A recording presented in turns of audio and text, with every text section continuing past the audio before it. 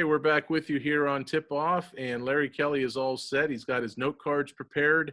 He's got statements to make about the Red Hurricane in our latest edition of Red Hurricane Report.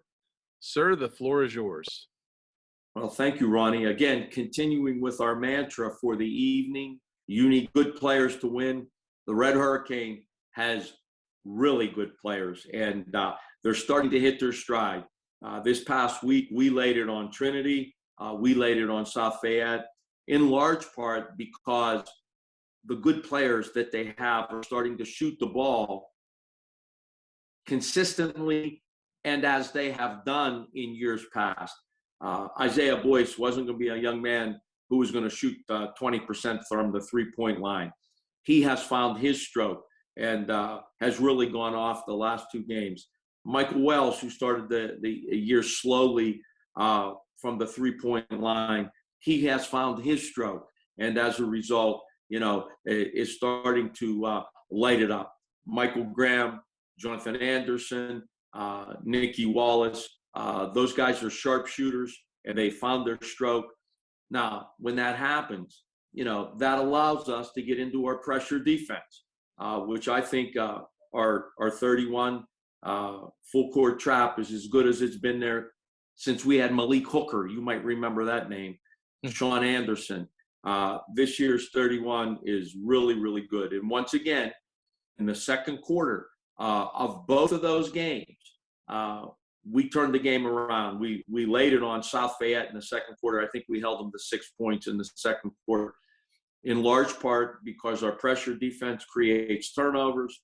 Those turnovers are converted into points. And as a result, we are able to do things and get it going that just creates huge second quarters for us. And again, once again, the second quarter, I think because of our depth, was the big difference for us. We, once again, laid it on them in the second quarter. By the time the game gets to halftime, for all practical intents and purposes, it's over. So my message on the Hurricane Minute this week is we have found our stride. Our shooters have found their stroke. When we're shooting the ball, Ronnie, this is no surprise. It was a surprise that we weren't shooting the ball very well. But when we are shooting the ball as consistently as we have in years past from these players, nobody's beating us. Mm-hmm.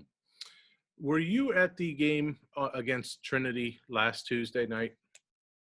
Or watch it on stream? I was at the game against Trinity last Tuesday, yes. Okay, that's the game that Ralph Blundo mentioned after the game. We won big, but it's fool's gold.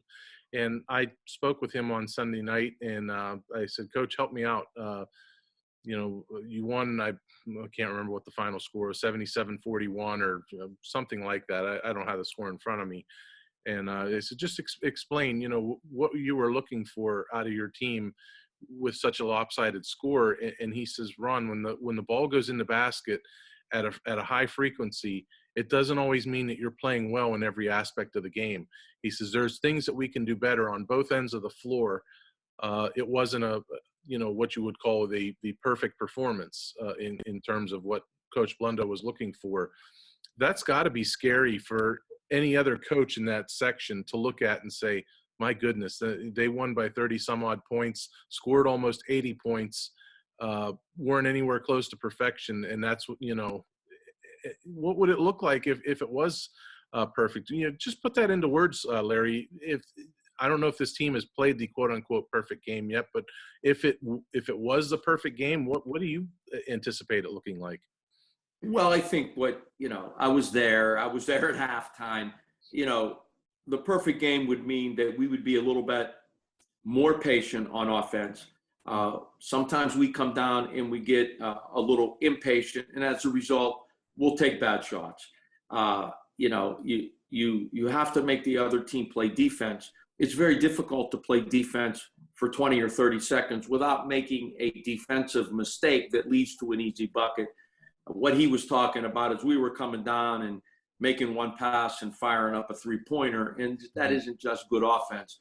Some of our execution wasn't what it should have been against Trinity. on the offensive side of the floor, setting good screens, making hard cuts, making the right pass. That's what he was talking about. Defensively, I didn't think we were bad defensively. I just thought that, there were a few breakdowns, but not a lot of them. I didn't watch the tape, so I don't know what maybe he might have seen that I didn't see. But the key to our defense is our pressure. And the key to our pressure is that we make teams play faster than they are comfortable in playing. And when you do that, they turn the ball over and they make mistakes on the offensive end.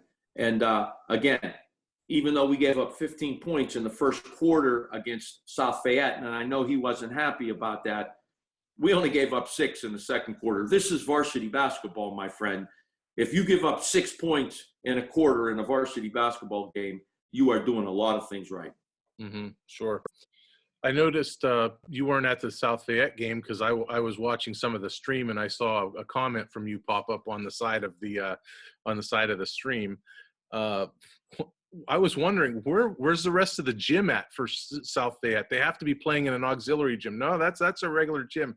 Really? That's the size of gym you have. Saved by the Bell, and you put little green highlights on the court to make it look like South Fayette. Boy, what a pathetic excuse for a court that they were playing at that night. That was terrible.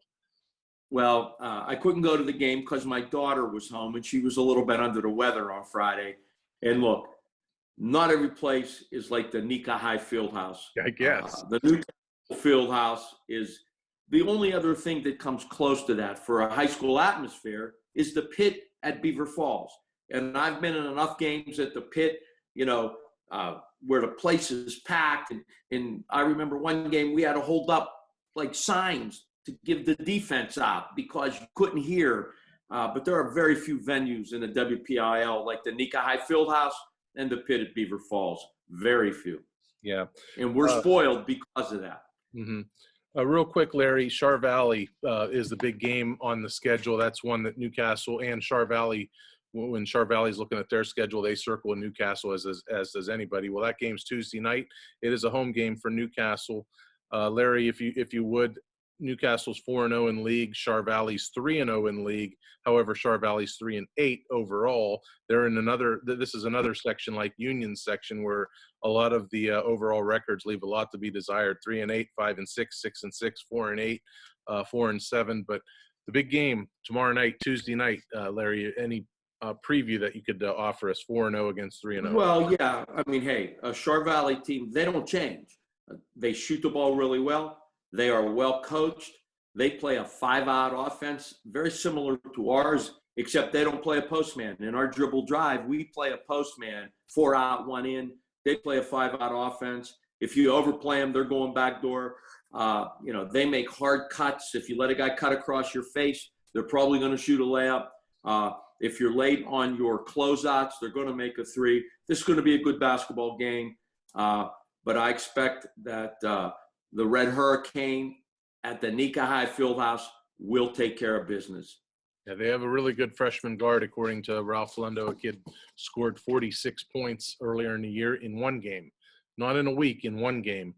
And he's just they shoot the ball really well. They always have. I mean, they shoot it really, really well. If you recall, at the Nika High Fieldhouse, and I believe it was the last game of the season, we got beat by 32 at home. That doesn't happen to a Newcastle Red Hurricane basketball team coached by Ralph Belundo. However, he made adjustments, we made adjustments, and when the pressure was really, really on at North Allegheny in the Whitfield Championship, the Red Hurricane was victorious because, as Ralph likes to say, our players are built for those moments. Mm-hmm. Yep, absolutely. When I became an attorney, I chose to stay here because my friends and neighbors needed a lawyer they can count on. I believe that if you're hurt on the job, you shouldn't have to go it alone, especially if your employer or the insurance company tries to bully you. You can count on me to get you the workers' compensation benefits that you deserve. Even if it gets rough, I'm not going anywhere. I'll stand my ground right here where I've always been. I'm Larry Kelly, and I'm a Newcastle guy.